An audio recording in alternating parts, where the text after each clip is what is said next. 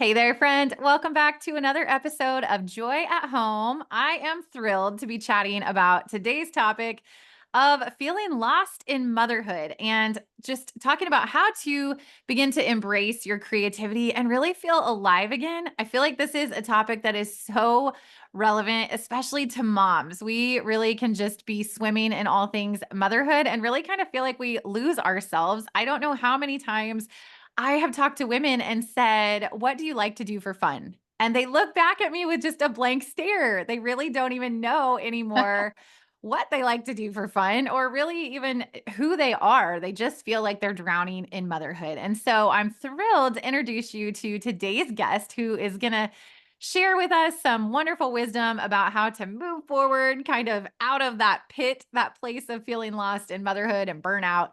Kim is the mastermind behind Kim Pepper Creative, a digital creative Christian lifestyle space focused on helping women use their God given creative talents to bring inspiration and significance into their homes. What started out as a hobby quickly grew into a home decor blog, teaching women to create a cozy, love filled home that they adore. Kim loves to show women how faith and creativity combine for a beautiful and powerful combination. Welcome to the podcast, Kim. Hey, Katie, thank you so much for having me. I'm excited to be here, and I obviously love the topic that we're going to discuss today. So I'm excited. Yes. Oh my goodness, Kim. I peeked into your work and it is wonderful. And I am just absolutely looking forward personally to learning from you today, as well as our audience, just gleaning your wisdom and all the things that you have to share. So Uh, let's just jump right in if that yeah, works. thank you. Thank you. Thanks So for that. many moms relate to this feeling lost in motherhood or feeling burnt out, right? We're swimming in it sometimes. And it's almost like we can lose ourselves or even almost completely lose ourselves, it seems like, in that Absolutely. in that place and in that firestorm of all the things that are on our plate. What are your thoughts on that? And have you ever been in that place? Of course. And I just think that any mom who says they haven't, I would love to talk to them. I think it's so normal. And I think that's one thing to know for sure is that it's normal. You're not alone. But, as moms, we just give. We give, give, give. We everything's becomes about your kids and your spouse and your home and everything, and you end up being last on the to-do list. And so I have struggled. I have three children. My youngest one is 14. My oldest is 19. So I have three teenagers, and I've been there in all the stages so far of motherhood, but prior to adulthood. But I just I think that we just feel so guilty. That mom guilt is just, it's awful. We pour it on ourselves. And I have always found in the past that when I'm doing something that benefits myself, it's easy to say that that makes me a better mom and better for the people around me. But kind of the way I do the workaround where I don't feel so guilty about doing things for myself is they also serve my family, but I find joy in them. So a lot of times that for me, that's a creative outlet. So something like scrapbooking or journaling or doing something that is going to benefit my family in the long run by them getting their memories recorded or getting to peek into my heart or my faith or something like that. I don't know. For me, it just feels like an excuse, like a legitimate excuse that it is okay to be doing this task. It feels selfish right now because I'm enjoying so much. I'm getting my creativity out. But the reality is it's a legacy. And so somehow that kind of little bit lets me off the hook with that mom guilt, if that makes sense. It's different than just going and doing retail therapy or something. I don't know. It just feels a little more purposeful, Yeah. purpose in my creativity. And that makes that mom guilt kind of go away. And it allows me to allow myself to have time to do things I enjoy. Does that even make sense? Yeah, I feel like that's like this beautiful, selfless, happy medium. And honestly, I've never really thought about it like that. I love that you use the word legacy because even when you are creating things, I mean, those are things that give your kids, maybe even your grandkids someday, a glimpse into your heart. And your life and who you are, yet it's still allowing you that chance to be creative and kind of have that outlet. I also was thinking, I love your kids' age. So I'm just a little bit behind you. Mine are 10, 13, and 16. So just barely behind you there. And I'm just kind of like reminiscing and thinking through all those stages of motherhood, from when we've got the baby on our Mhm. hip, and life just feels chaotic, and you just feel like it's never ending, and the days feel so long, yet the years Long, do go by so short. fast. And how that Yes. that mom guilt really can come into play, where it's like we feel like if we take off and do something that we enjoy, then we are kind of like dealing with the guilt. But the way that you kind of like reframed it there, as just legacy, and it can be ways that serves our family, yet we're still getting to be creative. I feel like you painted this really like comforting, beautiful, truthful picture of how that can be a really good thing, right? How that can kind of like make us feel alive again. Do you think that every mom has a creative spirit in her? Do you feel like that's just whether we know it or not, or sense it or not, that we actually do have creativity in us that needs and kind of like wants to come out? So this goes back to everything. Yes, I think that. Yes, I think we all have a creative streak of some sort in us. I do. God, we are created by a creator and we are created in his image. Therefore, we have some sort of creative streak in us. Some are just, it just presents itself in different ways.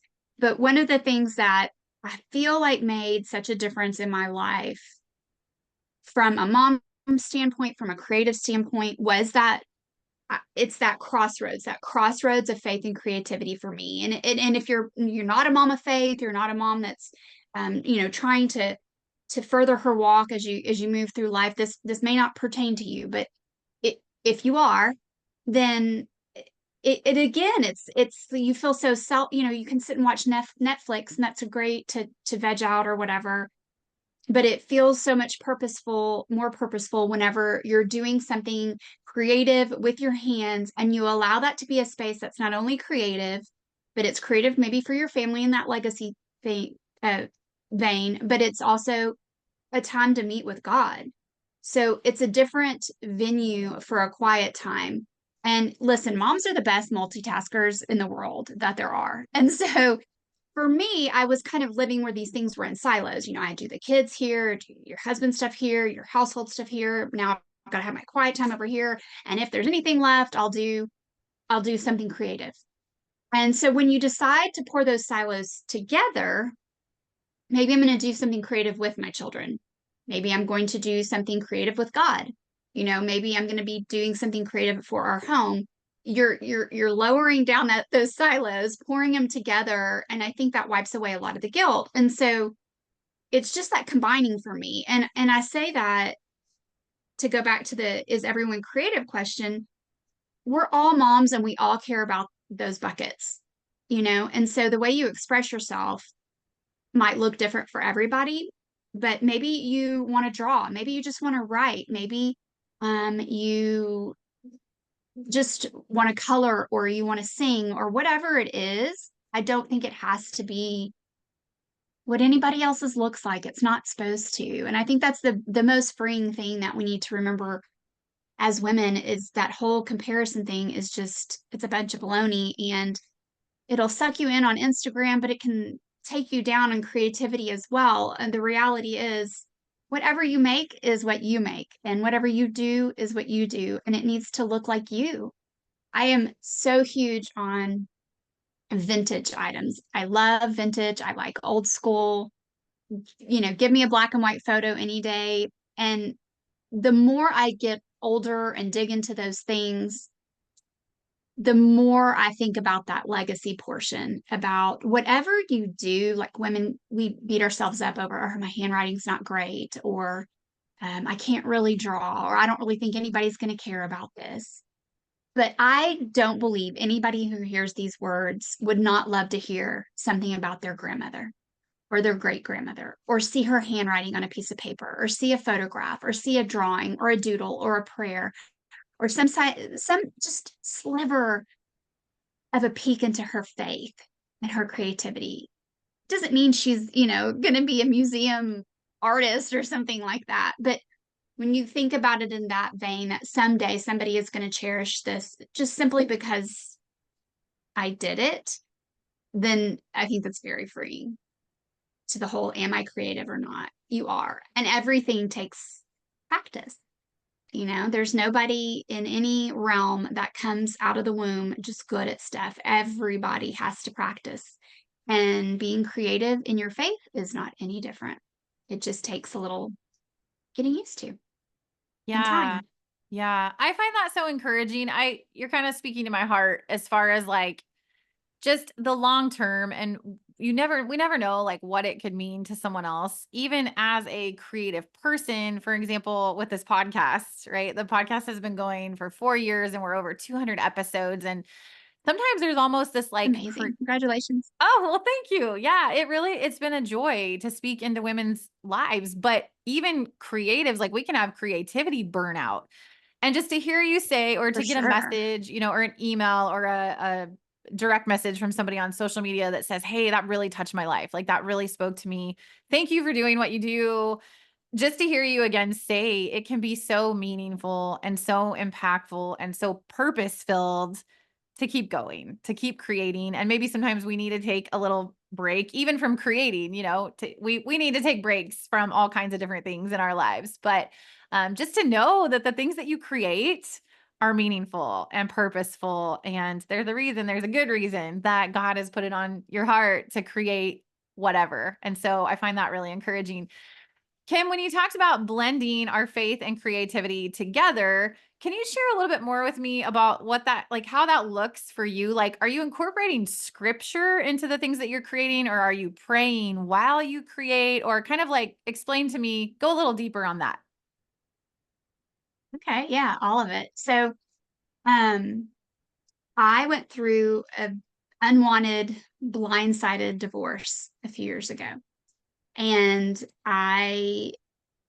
it obviously it changed everything for me, but it also changed everything creatively for me. I can't say that word.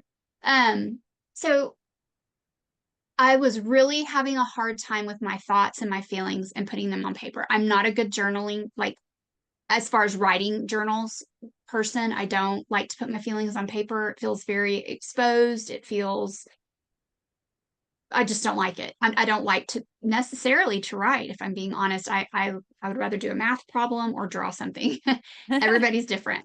But for me, if I've tried to do that daily journaling, write out a prayer, write out this, be consistent, and I can't do it. I can't keep up with it. It feels like a to-do list thing. It's not freeing to me. And so when I was going through this divorce, I had all these thoughts and emotions and I couldn't really get them out. I didn't want to say all the things I was feeling in front of my kids. I didn't want to write them down where my kids would see them. I was honest with my kids about my feelings, but I just had some other stuff, that needed to come out. And I started doing a devotional and it had space for writing in it, but I just didn't have anything to write. And so I just started drawing and I started doodling and I would read a scripture or the little devotion and I would turn it into a visual picture. What does this mean for me? And sometimes I'm sure it wouldn't make sense to anybody, but it was just the visual images that I got. And that kind of snowballed for me. And I ended up doing this entire devotional book. I've never done that before in my life, but I found what worked for me. I find that I'm such a visual person that if I'm drawing or writing, everything else falls away. And that is a time for God and I to kind of chit chat on a really, really personal level. I can be quiet and listen. I can talk while I'm doing it. And so it just led me down this path of doing some different journaling. And sometimes it is writing, sometimes it's really more of a visual representation of just what I'm thinking. I've gotten into doing more word studies and just digging into what does this word mean? What does the Bible say about that? And sometimes I'll write, sometimes I'll draw a picture. It's just a different process for me. I've turned them into a couple courses. They were just so good for me to change the way that I have seen journaling in the past, where it needs to be this big, long written letter. And I don't have those words in me. Um, and so when I look back on pictures or the doodles or the drawings or whatever it is that I've done, they they speak straight to me. I remember what they are. I remember what they represent. I remember the way I was feeling. Um, and everybody's not going to be that way. Some people have to get the words out. I just didn't. And so it's not about maybe like scripture art, like you would think. It's really more sitting down and just seeing what comes out and trying different things, trying different products, trying different techniques, putting them together in a creative way that is just mine. It's personal. It means something to me. And it's been one of the most freeing things and just the best way for me to process my quiet time. I don't know if that even answers your question, but that's kind of how it evolved and how I got into really that switch of just sometimes I'll just open my Bible and, read a passage and kind of think, what does this mean to me? I'll make some notes, I'll draw some pictures. Um, I have a ladies group. It's called Paper and a Prayer, and we do paper crafts and things like that every month. But one of the things I added 2 years ago was a journal. We do a journal every year, and we do one journal entry a month, and that goes on a theme. And it's kind of teaching these women how to take a word and put it into a page. Like, what does this represent visually instead of just a word? So we'll take one word and we'll create a layout that represents that word without necessarily saying the word. Or it will say the word, but we'll put the feeling in the colors and the paints or the drawings or the things around it, and just getting to where you see words more visually. Yeah. Absolutely. No, yeah, I love the intentionality behind that and kind of just the slowdown and the deep dive. Actually, that's resonating very deeply with my spirit. In our homeschool this year with my kids, today was our first day actually. And I told them Fun. this morning, I said, my goal for this year is to slow down, and let it just soak in, let the goodness soak in. And I so appreciate your creative spirit. And it just feels just like hearing you and watching you talk, Kim, it just feels very Holy Spirit led that you just let him lead Yeah. you and guide you. And I think that's such a beautiful thing. And I love that you have made the space for yourself and given yourself the space and the opportunity to be creative and to let just kind of the spirit lead in that. I think that women do have a lot of different hangups. And one of them we already mentioned with the mom guilt, right? These things that kind of hold us back from being creative or spending time, exploring our creativity. What does that bring up for you? What other hangups do you see that women have, and how do we go about overcoming those? Yeah, I think the biggest ones are I'm not creative, which is not true. Everything takes practice. And that's where I say don't ever stop being a learner. I mean, I don't ever stop learning. Take courses, look online, devour Pinterest, do whatever, keep learning, whatever it is you want to get better at. Number two, we say, I don't have enough time. And the reality is you have enough time for anything that you make time for. And I can say that. And I know there's different seasons in life where it feels a little bit harder. But the truth is, if you're not intentionally setting, this is where the guilt comes, like intentionally making that time because you are planning on not only feeding your soul and your spirit, but spending it with God. And you should never feel bad or guilty about setting aside time to have quiet time and to lean into the Lord and see what he has for you. I mean, you just shouldn't. That should be your priority. That should come above everything we do. And it does not always for me by any stretch of the imagination, but it should. And then the other thing I think a lot of objection that you have to yourself is I don't have the space or maybe the supplies. It's going to be expensive, something like that. And I can remember when so my kids are 14, 16, and 19. And I can remember when the two older ones, they're 17 months apart. They're very close. And I can remember when they were little bitty. And, you know, I set up a little bitty table in a closet. It was in just a two-door little closet. I had a little desk in there and I put my scrapbook stuff. This was way back before I ever did the blog or anything like that. And I like to scrapbook. It was a creative outlet for me. And I would have that closet with a little table and had all my supplies in one spot. And when they would go down for a nap, I would hit that closet, even if it was for 30 minutes or an hour.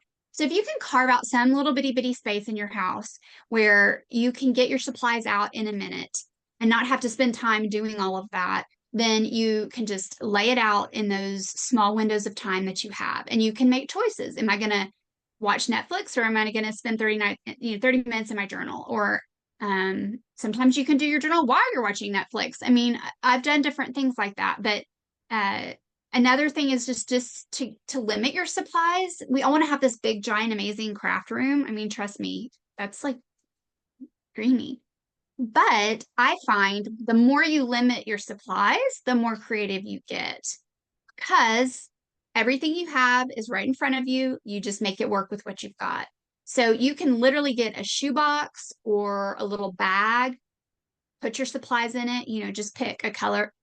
I'm a huge fan of a color palette. So if you're going to work on like a journal, say cover to cover, you're going to work through this journal, pick a color palette on the front end, get, 5 markers, 5 pens, a couple paints, whatever it is, watercolor palette, stick them in a bag. That's all you need. That's your color palette. You can add to it if you want to, but you don't have to spend a lot of time worrying about materials and things like that. And that makes you have more focused creativity time instead of organizational time, which tends to eat stuff up. And you can literally throw that in a closet and pull it out to your dining room table for 30 minutes and then put it back. So just making a system that works for you, I think overcomes a lot of that. Where am I going to do this? What supplies am I going to use? I mean, you can use crayons. You can use anything. You can use anything. You don't have, I mean, use your kids' art supplies. You don't have to do anything fancy, and it doesn't have to be expensive. It just needs to be intentional. And then I think it happens whenever you set yourself up for success. So I think those are the biggest objections that I would hear the most from women. I don't know. Do you have other objections? What are yours? No, I think you did an awesome job of answering that question because for me sitting here and I know that the listeners this resonates. I'm thinking about the ways that I am creative and that I want to be creative and how and where I want to spend more time being creative, and just kind of like hearing you share how simple it can be helps get past those little roadblocks, because it doesn't have to be hard. I think we really overcomplicate things. I think that we are very quick to get behind an excuse. I don't have the time, I don't have the space, I don't have the supplies. Well, you just debunked every single myth right there. It doesn't have to be hard.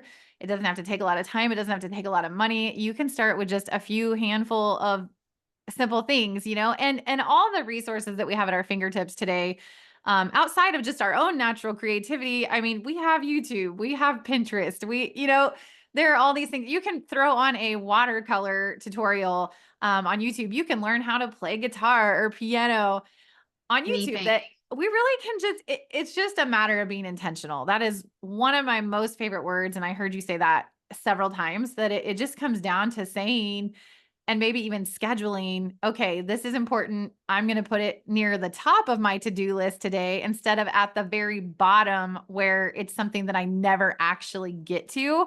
But just prioritizing that and making it intentional. So I think that you did a lovely job of answering that and inspiring us with what you shared there, Kim. So your business, I want to just close out by chatting a little bit specifically about your business. You're literally in the business of helping women be creative, right? Yes. So tell me a little bit more about that and about the courses that you offer.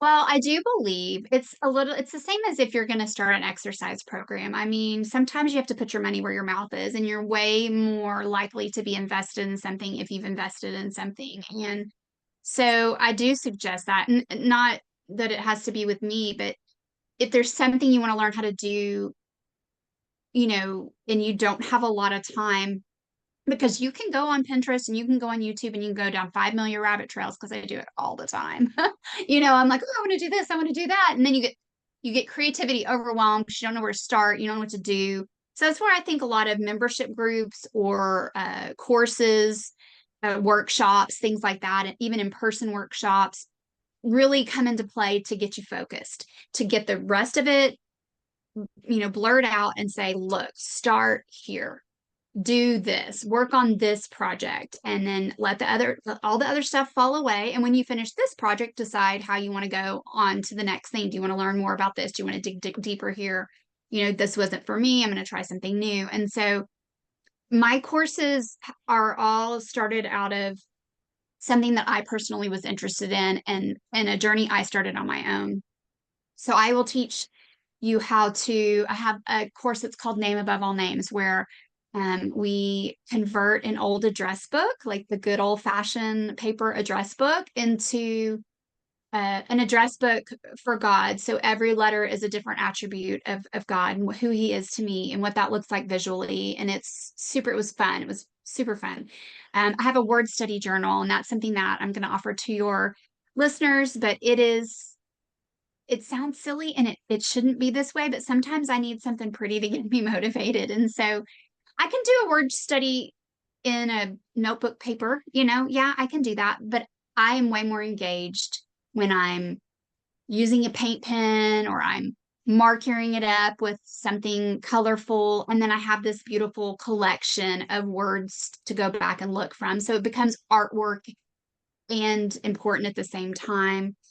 So I don't know, there's a lot of different courses like that, but I think they're a good place to start because I show you beginning to end on how to do a journal, a creative journal, and there's different ones that you can use in different ways. But it's just one of those things that you sit down and you intentionally make the time. You're going to do a project start to finish. Someone's going to show you how to do it so you don't waste your time trying to Google how to do this and how to do that.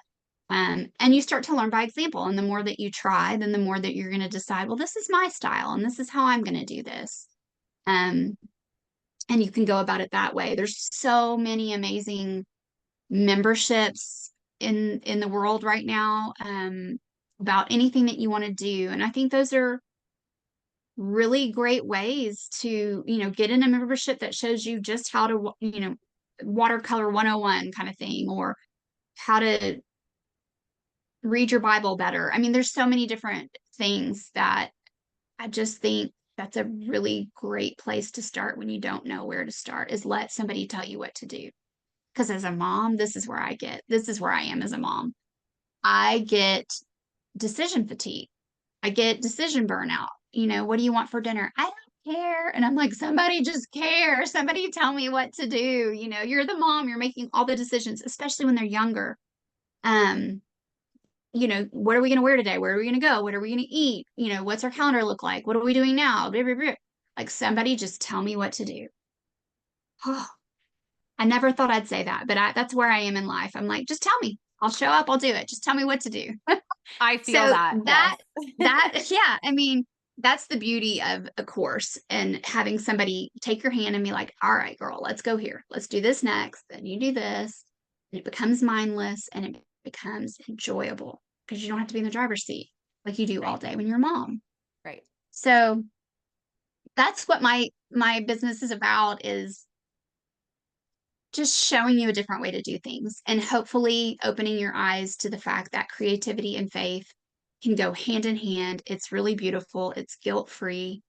One feeds the other and the other feeds the other. I mean, it's a, I say it's like a beautiful explosion. It's where things come together and it just all sort of makes sense for me. Um, so I hope that's what it does for other women. I know I have a lot of women in my paper in a prayer group, and they've been with me for years, and I think we all feel that way, just about seeing things differently and having that intentional quiet time to. Another thing I was going to say is, when you're doing these things, a lot of people do try to multitask. Listen to the radio, listen to a podcast, listen to a Netflix show, or have worship music in the background. And I sit in the quiet. And that's just, everybody's different. But for me, that's where I literally lose track of time and have the ability to just talk things out with God. I don't know what's going to come up. Sometimes I do. Sometimes I come into my little space, and just because I'm angry at something, I need to process something. Sometimes I just come out of a need to be creative and just conversations with the Lord come up that I didn't even see coming. And so you have to allow that quiet. And I think we live in a world that's really uncomfortable with quiet right now. And as moms, we're not used to it. But if you can find 15 minutes, 30 minutes of quiet in your day when the kids are napping, while they're, watching a show, while they're doing something, it recharges your batteries in a way that I think really not anything else.